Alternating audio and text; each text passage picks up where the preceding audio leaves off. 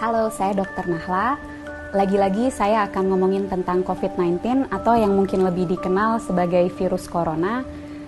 Mudah-mudahan belum pada bosan dan jangan sampai bosan dulu karena banyak sekali informasi sekarang yang beredar, belum tentu betul, masih banyak hoax-hoax yang harus dibasmi, dan bagi teman-teman yang bisa mendapatkan banyak informasi, semoga dapat juga meneruskan informasi ini karena apa yang kita lakukan harus kita mulai dari diri kita sendiri dan kita ajak teman-teman di sekitar kita untuk melakukan hal yang sama. Yang mau kita bahas dan mau saya tekankan sekali lagi adalah bahwa virus corona ini atau yang dinamakan virus SARS-CoV-2 ini adalah virus yang sangat baru. Apa dampak dari fakta bahwa ini adalah virus yang baru? Yang pertama, berarti kita belum tahu pasti sifat dari virus ini. Yang kedua, kita belum tahu pasti efek dan berapa lama efek yang akan disebabkan oleh virus ini. Yang ketiga, belum ada obat yang betul-betul efektif untuk melawan virus ini. Yang keempat, belum ada vaksin yang bisa mencegah seseorang untuk tidak terinfeksi virus ini. Jadi itu yang teman-teman harus selalu ingat. Informasi ini bukan untuk membuat teman-teman panik, tapi untuk membuat teman-teman lebih waspada bahwa memang apa yang sedang kita hadapi ini betul-betul nyata. Dan bersama-sama kita bisa mencegah penularan virus ini lebih luas. Secara umum ketika virus masuk ke dalam tubuh kita, gejala yang ditimbulkan itu mirip-mirip. Demam, sakit kepala, lemah, letih, lesu, pegel-pegel, seperti itu. Bagaimana dengan virus yang masuk spesifik langsung ke infeksi saluran pernafasan? Ada pilek, hidung meler, hidung tersumbat, nyeri tenggorokan, batuk, sesak nafas, nyeri dada. Gimana dengan virus SARS-CoV-2 atau virus corona? Gejalanya sangat bervariasi. Jadi gejala-gejala yang tadi saya sebutkan itu bisa ada pada orang yang terinfeksi virus ini. Dan juga jumlah gejala yang timbul itu juga bervariasi. Apa sih yang menyebabkan gejala ini sangat bervariasi? Daya tahan tubuh masing-masing orang. Jadi kalau kita nih yang sebagai anak muda, sehat, nggak ada penyakit, daya tahan tubuhnya baik, kemungkinan gejala yang kita alami ketika kita terinfeksi virus ini sangat ringan atau bahkan sama sekali tidak ada gejalanya. Sekali lagi saya tekankan, orang dengan daya tahan tubuh yang baik itu bisa tidak ada gejalanya walaupun virusnya sudah ada di dalam tubuh kita. Dan orang dengan daya tahan tubuh yang baik, dia mampu menyembuhkan dirinya sendiri karena pada dasarnya virus itu memang self-limited disease. Jadi daya tahan tubuh kita sendiri bisa membasmi virus itu. Bagaimana dengan orang-orang dengan daya tahan tubuh rendah? Tentunya akan dapat mengalami gejala yang lebih berat, bisa sampai sesak nafas, bahkan bisa sampai menyebabkan kematian. Siapa saja sih orang-orang yang kita tahu daya tahan tubuhnya rendah? Yang pertama, orang tua yang usianya di atas 60 tahun. Yang kedua, orang-orang dengan penyakit penyerta. Penyakit penyerta itu apa?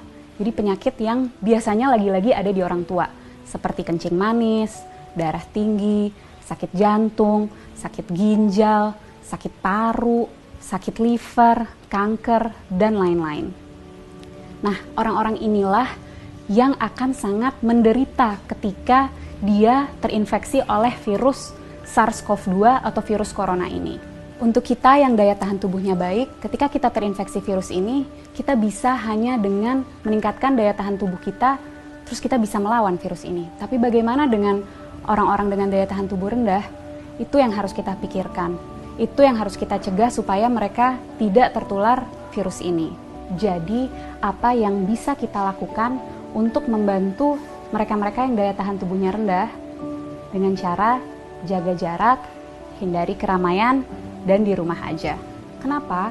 Karena virus ini yang paling kita takutkan dan sudah kita tahu dari virus ini adalah penyebarannya yang sangat amat cepat dan lebih mudah dan lebih cepat di tempat-tempat keramaian. Tapi lagi-lagi jangan panik. Bukan berarti kalau teman-teman yang masih muda dan sehat ini merasa, oh saya ada gejala-gejala COVID-19 nih, ada demam-demam yang sumeng-sumeng, demam rendah, nyeri tenggorokan, sedikit pilek, sedikit batuk, terus harus langsung ke rumah sakit. Bukan itu maksud saya. Bukan berarti Kalau teman-teman ada gejala itu, harus segera ke rumah sakit. Apa yang harus kita lakukan? Ketika mengalami gejala itu, lagi-lagi di rumah aja, tingkatin daya tahan tubuh dari rumah. Dengan cara apa? Istirahat yang cukup, tidur malam yang cukup, 7-9 jam, makan makanan bergizi, minum air yang banyak, kalau bisa lakukan olahraga atau aktivitas ringan di rumah. Kenapa untuk kita yang muda dan sehat ketika mengalami gejala-gejala penyakit COVID-19 lebih baik di rumah aja dan nggak perlu ke rumah sakit? Karena kita mau memastikan bahwa rumah sakit itu tetap tersedia untuk mereka yang betul-betul membutuhkan. Orang tua, orang dengan daya tahan tubuh yang rendah, dan orang-orang muda yang mengalami gejala berat seperti sesak nafas. Mereka itulah yang harus segera ke rumah sakit. Jadi kita pastikan rumah sakit memang untuk mereka yang membutuhkan. Kalau kita bisa di rumah aja. Bagaimana dengan kita yang tidak ada gejala? Sebaiknya tetap jaga jarak, hindari keramaian, dan di rumah aja. Kenapa? Karena seperti yang tadi sudah sempat saya jelaskan, orang dengan daya tahan tubuh baik bisa jadi tidak menimbulkan gejala apapun. Jadi kalau dari luar dia terlihat sehat, belum tentu tidak ada virus itu di dalam tubuhnya. Dan orang-orang tanpa gejala ini tetap bisa menularkan ke orang lain. Melalui apa? Misalnya, kita lagi ngobrol-ngobrol sambil makan, dia tersedak, batuk, virusnya banyak di situ. Atau lagi di mobil bareng, AC-nya kenceng banget, kedinginan, dia bersin, virusnya ada di situ. Penting untuk kita jaga jarak 1 meter untuk memastikan droplet yang keluar melalui batuk ataupun bersin tidak terkena pada kita. Penting sekali untuk kita untuk selalu cuci tangan dengan cara yang benar dan sering-sering untuk memastikan jika secara tidak sengaja kita menyentuh droplet itu, kita bisa membersihkannya. Dan yang juga penting, jangan menyentuh wajah dengan tangan kita yang belum bersih. Kenapa? Karena virus akan lebih cepat menyebar, lebih cepat masuk melalui mukosa mata, hidung, dan mulut. Penting untuk kita menghindari keramaian untuk memutus rantai penularan ini. Penting untuk kita di rumah aja supaya kita bisa terus meningkatkan daya tahan tubuh kita untuk dapat melawan virus ini. Bagaimana untuk kita yang tidak bisa di rumah aja, terpaksa harus bekerja di luar atau harus pergi keluar, tetap usahakan untuk menjaga jarak. Jaga jarak 1 meter dan usahakan sebisa mungkin menghindari keramaian. Jangan lupa untuk selalu menjaga kebersihan dengan mencuci tangan yang bersih. Kalau tidak bisa menemukan air dan sabun, kita bisa menggunakan sanitizer. Para peneliti, dokter-dokter, farmasis, tenaga medis, dan semua sedang berusaha mati-matian untuk mencari obat dan vaksin dari virus ini. Mari kita berperan membantu mereka dengan cara jangan panik, tapi tetap waspada. Kita jaga jarak, hindari keramaian, dan di rumah aja. Nggak perlu ke rumah sakit kalau gejalanya ringan. Pastikan rumah sakit tersedia untuk mereka yang membutuhkan, orang-orang tua, orang dengan daya tahan tubuh rendah, dan orang-orang dengan gejala yang berat seperti sesak nafas. Yuk teman-teman, kita bareng-bareng lawan virus SARS-CoV-2 ini. Dan untuk teman-teman medis, tetap semangat.